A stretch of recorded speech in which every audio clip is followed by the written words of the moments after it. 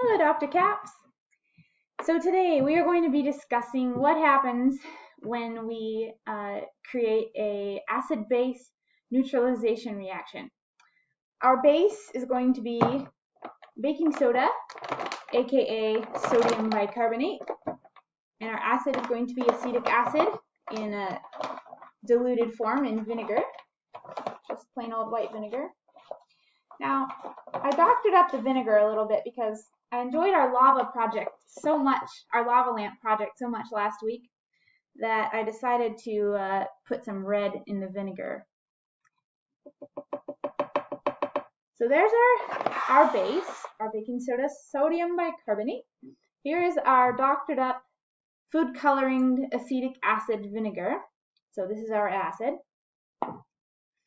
And we can either add the base to the acid or the acid to the base. The instructions specifically say to add the acid, but I was concerned about it exploding. I guess we'll find out what happens. You know what? Before we put that in, this is what's going to happen.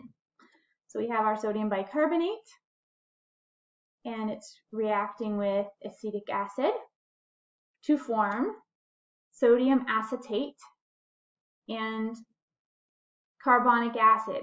Now, carbonic acid is a very unstable compound, and so it quickly reacts again into water and carbon dioxide. So because these guys, this is a solid, this is a liquid in aqueous solution, actually in our case, since it's not pure. It's not pure acetic acid, it's in solution. And then this guy is a soluble compound. We know it's soluble because it contains sodium. Sodium always is able to be soluble in solution. It does not precipitate. And then we have our carbonic acid giving us carbon dioxide and water. So everything's either solid or liquid or in solution except for carbon dioxide, which we all know is a gas. So that's going to be where the fun bubbles are going to come from. This could be exciting. Oh, cool. I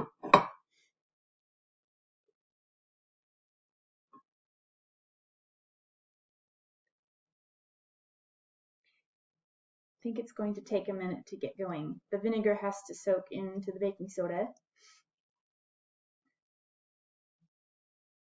There we go. We got bubbles.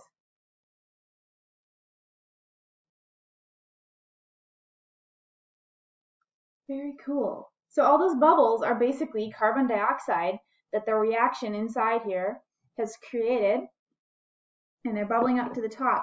One interesting thing that I read when I was researching a little bit for this project is that carbon dioxide can be used to put out fires because it's heavier than air, so it sinks down and basically smothers the fire so that it can't get oxygen and combustion can't happen, because that's what's happening in a fire. It is combustion. Not the only kind, but it worked! I knew it would. I've done this before. So again, this is what is happening.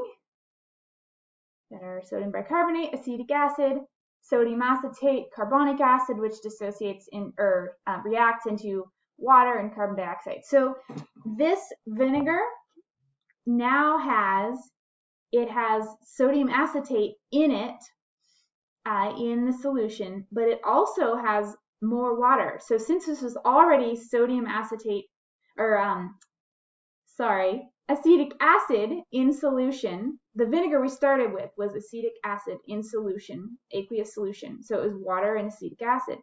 Now we have the acetic acid is reacting, so now we're left with sodium acetate in solution, and also we've added even more water. So hypothetically, we have more water in here than when we started. It's really bubbling now. Very, very cool. Thanks for watching.